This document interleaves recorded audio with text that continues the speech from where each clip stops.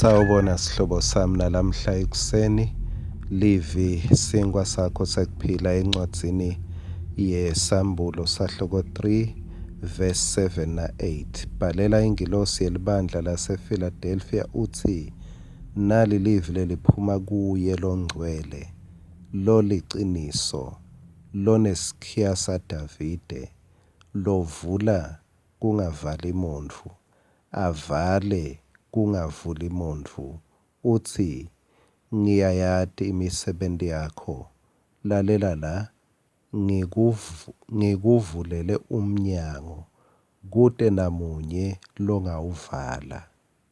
Ngiyati kutsi unemandla lamancane, kantsi livi lami uligcinile, nelibito lami awuzange uliphike. Ngicela uvisise nangaye emagama laphindvwako langumlayeto locondzene nawe. Lathi ngikuvulele umnyango, kute namunye longawuvala. Kute namunye longawuvala. Mangabe ufuna kuphuma kulelinye likamelo uye kulelinye, usebentisa umnyango. Mangabe ufuna kuphuma endlini uye ngaphandle, usebentisa umnyango. Mangabe ufuna kusuka ngaphandle la kuvusha umoya khona, ufuna kungena endlini, usebentisa umnyango. Umnyango ukhuluma ngekusuka kulenye indzawo uye kulenye. Akabongwe uNkulunkulu lothi nguye losivulele umnyango. Nguye lokuvulele umnyango. Kusho ukuthi mangabe ufuna kusuka kuleli kamelo leli lokulo uye kulelinye, kumbe angeke kube ngumthandazo kuthi kutawuchamuka tingilosi tikuphakamise, kepha uthi uNkulunkulu, thola lo mnyango lengikuvulele wona nyalo. Thola lo mnyango lamuhla, thola lo mnyango kule nyanga le. Thola lo mnyango kulomnyaka, ngoba wathola lo mnyango utawusuka lala ukhona khona. Umnyango usho kusuka kulenye indzawo uye kulenye. Lo mnyango lengifuna ukukhuluma ngawo, ngifuna nje ukukukhumbuta ngebantfu eBhayibhelini labakhona kuwubona umnyango nembala basuka la bebakhona khona baya kulesinye isigaba. Lo mnyango labawubona bawusebentisa bekungumnyango wekusita labanye bantfu. Kwaba ngumnyango wekucatulula tinkinga talabanye. Kwaba ngumnyango wekupha labanye. Basi mabawukhwebula lo mnyango, ayi kwakhwebuka tintfo azange bahlale banjalo. Josefa wacatulula liphupho lenkhosi. Kwavuleka umnyango wakhe wekuya etulu abe ngu-Prime Minister. Davide wasita Sawule nesive saka-Israyeli ngekubulala Goliath.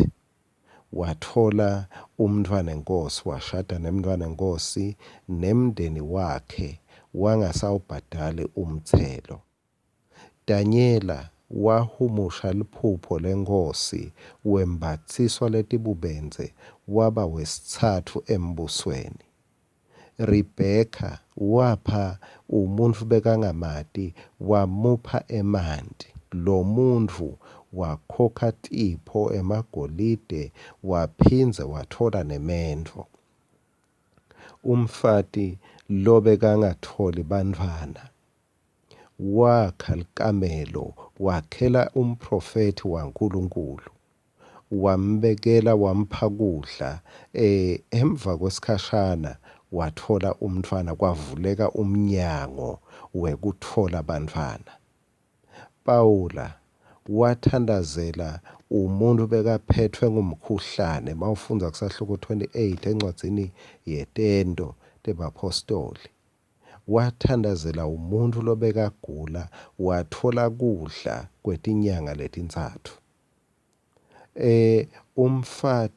Umfelokati waseZerafeth wasebentisa kudla kwakhe kwekugcina ngci wapha ingceku yaNkulunkulu Elisha, azange kwatholakala sikhiya sekuvula kudla kwakhe kwangapheli. Abraham na Sara banakekela tihambi, strangers, batingenisa batinakekela. Kwentekani? Kwakhwebuka sivalo sekuthola umntfwana. Tinkinga talabanye, tidzingo talabanye kungaba ngumnyango lovulwe nguNkulunkulu, latsi uNkulunkulu buka, ngivule umnyango phambi kwakho. Yini letawukwenta sibone kutsi sewutfolile umnyango? Sitawubona ngekutsi ngeke uchubeke ube lala bewusolo ukhona khona kuleli viki, kule nyanga, kulo mnyaka. Wawuthola lo mnyango ngila kutawungena khona, loku lebekusolo kuvaleleke ngaphandle ngula utawuphuma khona, labe kungatsi ukhiyeleke khona. Nayi assignment yakho, thola lo mnyango bese usebenzisa lonke lithuba uNkulunkulu lakupha lona kutsi lowo mnyango usebentise.